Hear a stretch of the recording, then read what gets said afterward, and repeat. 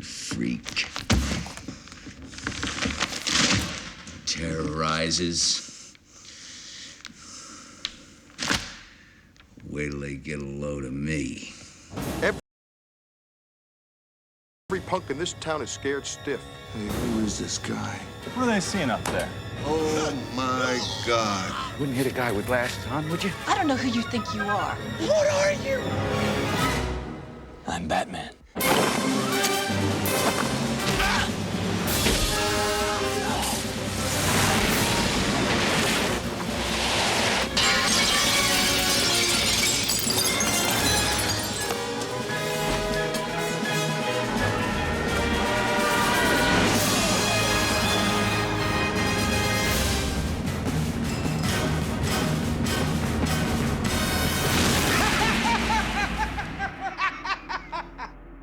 Can somebody tell me what kind of a world we live in where a man dressed up as a bat gets all of my press? The making of Batman was a marathon. It was not a sprint. It was a marathon where there were constant speed bumps, and at any moment, failure faced you, whether it was developing the script, whether it was finding the filmmaker, whether it was casting the picture, whether it was the budget of the film, whether it was just the anxiety and fear of this unique project that was dark. It haunted the project from the very beginning. Batman created just a universe that I could really believe in. And I always regretted that as my favorite character in comics, it had not ever quite been portrayed the way I thought that Bob Kane and company really intended it to be. And I really wanted to see that creature of the night emerge and let the world at large see that there is more to Batman than pow, zap, and wham. And for about 20 years, whenever anyone mentioned the word Batman or wrote about it in print, pow, zap, and wham were always attached to the name. I wanted to detach it and get back to the heart of the character. I think that Batman is a seminal movie of the last quarter century because it broke all the rules. It redefined what a tentpole movie should be. It dealt with the kind of effects and the kind of artistic choices, casting choices that had not been done before, very gutsy. Tim was on the forefront of a generation of new filmmakers and even the way we marketed the movie. All parts of a whole that, you know, are never easy to come to because when it's uncharted waters, it's lonely out there a little bit.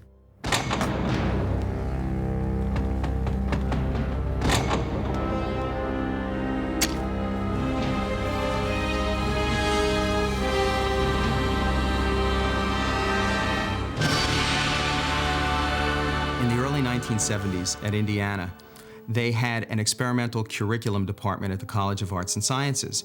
And the deal was this: if you had a course that was non-traditional that you wanted to teach at the university and could then appear before a panel of deans and professors and convince them that your course was worthy of academic credit, you could wind up teaching a very unique course to college students for credit. This to me was a golden opportunity. I decided I was going to teach the world's first college-accredited course on comic books. The dean, with his eyeglasses sitting right at the end of his nose, looking down at me over them, said, "So you're the fellow who wants to teach a course on funny books at my university? Mr. Uslan, I appreciate what you're trying to do. I used to read comic books all the time. Superman was my favorite when I was a kid. But comic books are cheap entertainment. They're junk. You can't convince me that they're modern-day folklore or contemporary mythology." And I looked at him and I said, "Are you familiar with the story of Moses?" He said, "Yes." I said, "Could you summarize for me the story of Moses?" He then said, "All right, Hebrew couple had a son, firstborn. The firstborn were being killed, so they put their infant son in a little wicker basket and sent him down the River Nile. And he was later discovered by an Egyptian family who raised him as their own. And then he grew up, he became this great hero to his people." I said, "That's great. You said you read Superman comics?" He said, "Yeah, I used to read them all the time." I said, "Do you remember the origin of Superman?" He said, "Sure. Planet Krypton was about to explode. And a scientist and his wife take their infant son and put him in a little rocket ship and send him to the planet Earth, where he's discovered by the Kents, who raise him as their own." And he stopped And he looked at me and he said, "Your course is accredited." Well, my life changed rather quickly, because one day, shortly thereafter, I get a call, and it's from Stan Lee. I thought that was so great.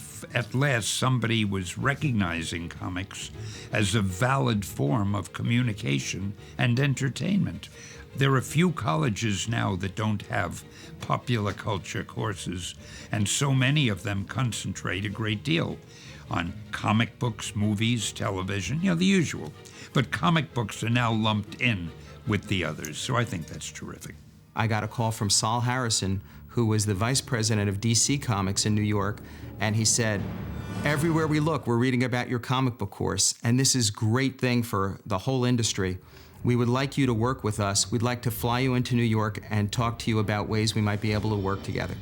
And that was the moment I said, my next dream in life, I want to produce a definitive, dark, serious version of Batman as a movie, the way Bob Kane and company really originally intended him back in 1939, as a creature of the night, someone who stalks criminals from the shadows.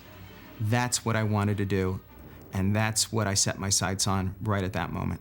As the fates would have it, I wound up getting a job with United Artists in New York City. It was the only studio based in New York City at the time, and I had the great fortune of meeting Ben Melniker. My son Charles told me that a young lawyer with whom he was working at United Artists said that he would like to talk to me about Batman. I tried to explain to Ben how I thought Batman could really work as a movie, why it was important to do it dark and seriously, that we could really reinvent the whole genre of what is a comic book movie, what is a comic book superhero. I did tell him that I thought his ideas were absolutely electrifying. And the next step, of course, was to make the deal with DC Comics. We did make the deal to secure an option on the motion picture rights, including animation, but excluding television, for Batman and all of the characters in the Batman world. And on October 3rd, 1979, Batfilm Productions, Inc. was formed, the deal was signed, the money was paid, and I thought we were off running to the races. Much to my surprise and chagrin, I was turned down by every single studio in Hollywood. These studio people we approached didn't like the project. And after maybe 5 or 6 or so of rebuffs like that, the thought occurred to me. A person I knew, Peter Guba, and his partner, Neil Bogart, had a company called Casablanca. I put the call in, and I don't think I had more than a 2 to 3 minute conversation with Peter when he said, "Get Michael and come out here right away." I think it was about 3 days later, we were in Los Angeles, pitched the whole thing in person to Peter, and he said, "I get it, serious, dark, this is what we're gonna do. Go into our business affairs guy and don't leave here until we have a deal." And about 3 days later, we had our deal, and thus began what would turn out to be a 10-year odyssey to bring Batman to the silver screen. At that time, we were associated with Universal. The property itself was a DC comic, and DC was part of Warner Brothers at that time. And we looked at the project, presented it to Universal as a project to develop, and they passed on it. At that time, Frank Wells was the top mojo at Warner Brothers, and he was eager to get the property back under their wings because he looked at it as an asset that shouldn't be developed or exploited away from the Warner's family, since they owned the legacy of Batman, and it was a cornerstone of the DC comic company. And I remember that his eagerness led us to a deal with Warner Brothers. And I think that was really what started the whole process going. When I came to Warner Brothers in 1980 and Bob Daly came a few months thereafter, they had, of course, at Warner's made Superman. Batman was the next DC hero who everyone felt this is the way to go. I asked to be involved in the development process, and the process, became legend. There's making the movie and getting the movie made. They're two different things. It sounds like, how can that possibly be? Well, it is. They're just completely different. And they actually take different skills. In getting the movie made, Superman played an enormous role. And Dick Donner did a brilliant job with Superman. And it was an enormous success. It was a different kind of picture. And so it provided the momentum and the celebrity and the attention of Warner Brothers and the recognition that they shouldn't let these assets out of their keep. Superman was a kind of a trailblazing movie in the sense it was the first big-budget comic strip that ever made money. Conventional wisdom said that comic strip movies were not going to make money. That first Superman movie was superb, and it brought families in, not just little children. It made people realize, hey, these are more than just little comic strip characters. These are fascinating characters, and they're incredibly imaginative, and they're visually exciting. The biggest obstacle was trying to find a tone and direction, and for us all at the studio to agree on that. We went from various extremes. You know, Joe Dante, who went on to direct many movies, including Gremlins at the studio, and Ivan Reitman, who did Ghostbusters. Many people wanted to be involved with the creation of Batman and writing and directing. They naturally wanted to follow up Superman with Batman, and I was sort of the logical choice. But it pretty quickly became obvious to me that you couldn't write Batman and Superman the same way. They're totally different characters. When I created the Batman in 1939, he was a dark, brooding vigilante, and his general genre changed in the mid-60s with the advent of the television show in 1966, where it became campy and comedic. And I prefer, if I had my druthers, I'd rather have the dark, profound, mysterioso Batman rather than the comedic one. I think Batman had been haunted by the 60s show for years after that show had ended, and I don't think there was any way to shake that in the public's mind until some of the better-known comic book works of the mid to late 80s came out. Around the time that Frank Miller's Dark Knight Returns came out in '86, that really charged up Batman's look, and it really redefined the character as a dark, grim, and gritty character. Once movie producers saw that, they said, yes, that's the Batman we want to do. We want to return to the very early, stylish, artistic roots of the character, and that's something that the audience hasn't seen, and it looks nothing like the old mid-60s serial. By and large, the translation from the comic book to film or to television has suffered the more it's gone away from its source material. That is, the campy old TV show of Batman was essentially mocking the source material, but it was much campier than the comic book had ever been. If you look at the most successful superhero movies of recent years, they've been the ones who are truest to the old comic books. It went through so many iterations of screenplays that at some point, the screenplay, and I don't remember whether it was the first year, the third year, it was definitely more like the fifth or sixth year. It was a time when we stopped giving out the comic books, and we stopped really, dealing with the toys, and all the rhetoric kind of like flattened out, and somebody was saying, okay, show me the money, meaning show me the screenplay. I want to see the words on the page. Project had been kicking around for quite a while, and had been at Warner Brothers, and I think they had done a couple of scripts.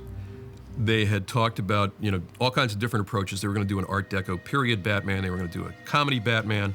They were talking at one point, if I'm remembering properly, about Bill Murray as Batman and Eddie Murphy as Robin. In The Hollywood Reporter was a story about Batman may not be made because the script was just rejected by the studio, and if they don't come up with a better script, then they were going to shelve it. And Bob was devastated by that. He prayed for somebody to come along to get Batman back on its feet, and the someone was Tim Burton.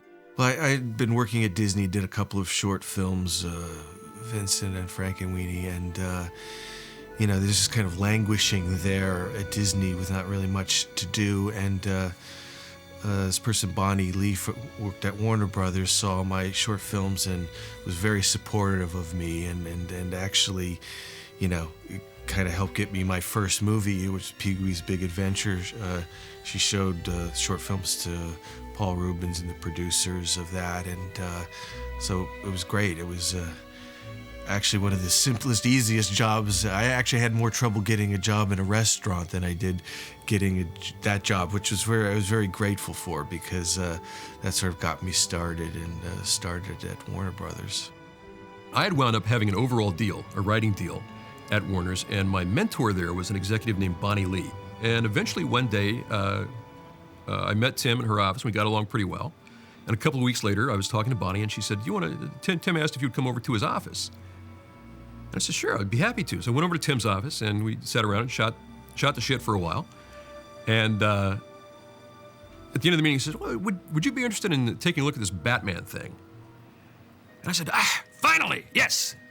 Yes, I would. If you insist, Tim, I would be willing to take a look at this Batman thing, just as a personal favor to you.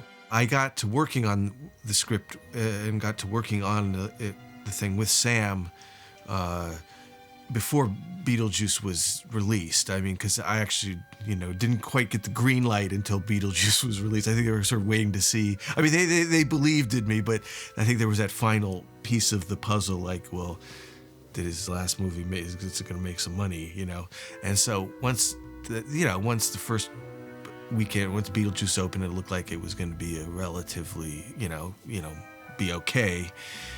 That's when we got the green light to do Batman. I mean, I'd been working on it, though, up until that point. Here came along a fellow in Tim Burton who liked the original material and liked the comic material and had a sensibility, because he was a graphic artist. He came out of that milieu. So he had a sensibility about the material, and yet he'd already made films, and quirky, unique films. There was a danger in that because it didn't look like what everyone thought it was. But the value of that was the imagination and the intuition took everybody to another place. And what he baked into the process was the most important element in a film. He built risk into it. He said, I'm going to take this to another place where there is not a lot of certainty. I'm going to give you variety. And that scares people, scares studios, financiers, and it did all the way up the food chain till the very end. But that was the component that helped, that very risk component helped get it made and helped make it what it is.